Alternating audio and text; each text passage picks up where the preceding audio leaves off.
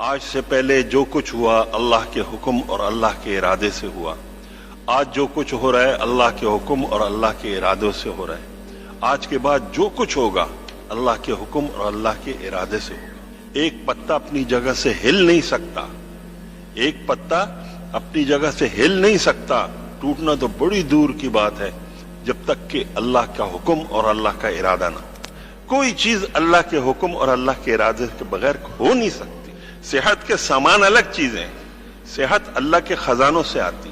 دوائی کے اندر صحت ہوتی, کبھی کوئی دوائی والا مرتا.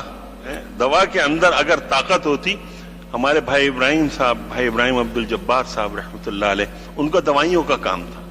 فرمایا کرتے تھے اگر دوا میں طاقت ہوتی, اور وہ دبلے پتلے تھے, آپ حضرات نے دیکھا ہوگا بہت, تو وہ فرماتے تھے کہ اگر دوا میں طاقت ہوتی تو میں سب سے زیادہ طاقتور ہوتا. وہ تو خود دوائیوں کا کام کرتے تھے. دوائی کے اندر طاقت تھوڑی ہے. طاقت تو اللہ کے خزانوں سے آتی ہے. صحت تو اللہ کے خزانوں سے آتی ہے. دوائیاں والی کمپنیاں ہوتی ہیں, ان کی گاڑیاں ہوتی ہیں, اس کے پیچھے لکھا ہوا ہوتا ہے کہ جان بچانے والی ادویات کی ترسیل پر مامور, یا کچھ ایسے الفاظ لکھے ہیں, جان بچانے والی. اس سے روک کے پوچھو کہ تمہاری دوائی نے تمہارے ابا کو بچا لیا تھا, تمہاری اماں کو بچا لیا تھا؟ کون چاہے گا کہ میری اماں اس دنیا سے چلے جائے؟ کون چاہے گا کہ میرا باپ اس دنیا سے چلا جائے؟ وہ تو اپنی کھال بھی بیچ کے اپنے ابا کے لیے سب کچھ کرے گا, اپنی اماں کے لیے سب کچھ کرے گا. دوائی کے اندر اگر زندگی ہوتی تو بچ جاتا. موت کا وقت معین ہے, ایک لمحہ نہ آگے نہ پیچھے. جگہ معین ہے, کہاں مرے گا, وجہ بھی معین ہے. سب کچھ اللہ کے حکم سے, اللہ کے ارادے سے. کوئی چیز اللہ کے حکم اور اللہ کے بغیر, ارادے کے بغیر ہو نہیں سکتی. اللہ پاک جس چیز کا ارادہ فرما لیتے وہ چیز ہو جاتی ہے.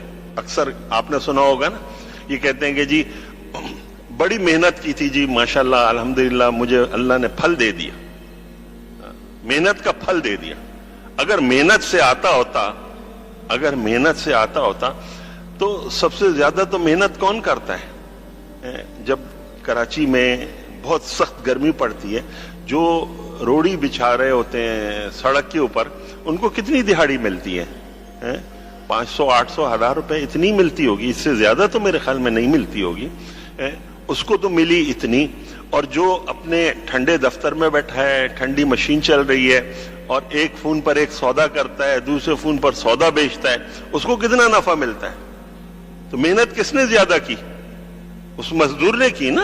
کیوں بھائی؟ اس مزدور نے, اس کو زیادہ ملنی چاہیے تھی نا. لیکن ملا زیادہ کس کو؟ جو ٹھنڈی مشین میں مل رہا ہے. محنت سے نہیں آتا. پھر بولتے ہیں عقل سے آتا ہے. بھئی وہ بڑا عقل مند ہے. سجادہ کون ہے؟ ہاتھ کون پکڑتا ہے؟ کام کون کراتا ہے؟ بولتا ہے جی مجھے تو بڑا چانس مل گیا, بڑا مجھے موقع مل گیا. اللہ ہی کرتا ہے, اللہ ہی ہاتھ پکڑتا ہے, اللہ ہی کراتا ہے. بندہ سوچتا ہے کہ جی اس طرح ہو گیا.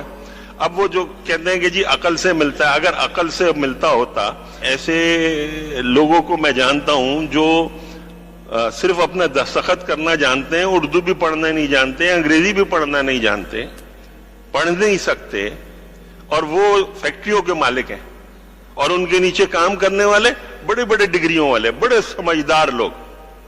اگر عقل سے آتا ہوتا تو اس کو کم ملتا, اس کو زیادہ ملتا. بہترین تدبیر اختیار کرنے کو اللہ پسند کرتا ہے. جو تدبیر اختیار نہیں کرتا اللہ اس کو ناپسند کرتا ہے. ایک جگہ آتا ہے کہ حسن تدبیر سے بڑھ کر کوئی عقل مندی نہیں. اور اپنے بڑوں سے یوں سنا کہ تدبیر کا انکار کرنے والا احمق ہے, لیکن تدبیر پر یقین کرنے والا گمراہ ہے. یہاں فرق کرنا ہے. یہ کروں گا تو اللہ نے اگر اس میں خیر ڈالی تو ہو جائے گا. میں تو تدبیر کر رہا ہوں. اکثر آپ نے دیکھا ہوگا برابر دکانیں ہوتی ہیں, ایک ہی چیز کی دکان ہوتی ہے. دودھ والے کی دکان ہے, وہ بھی دودھ بیچ رہا ہے, وہ بھی دودھ بیچ رہا ہے. اس دکان کے آگے جو ہے نا وہ لائن لگی ہوئی ہوتی ہے, اور دوسرا بیچارہ خالی بیٹھا ہوتا ہے.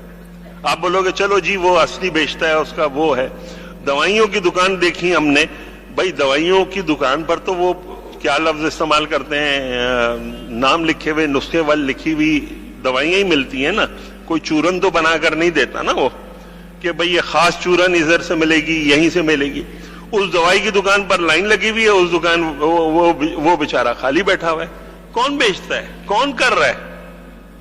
اللہ کے حکم اور اللہ کے ارادے کے بغیر کچھ ہو نہیں سکتا.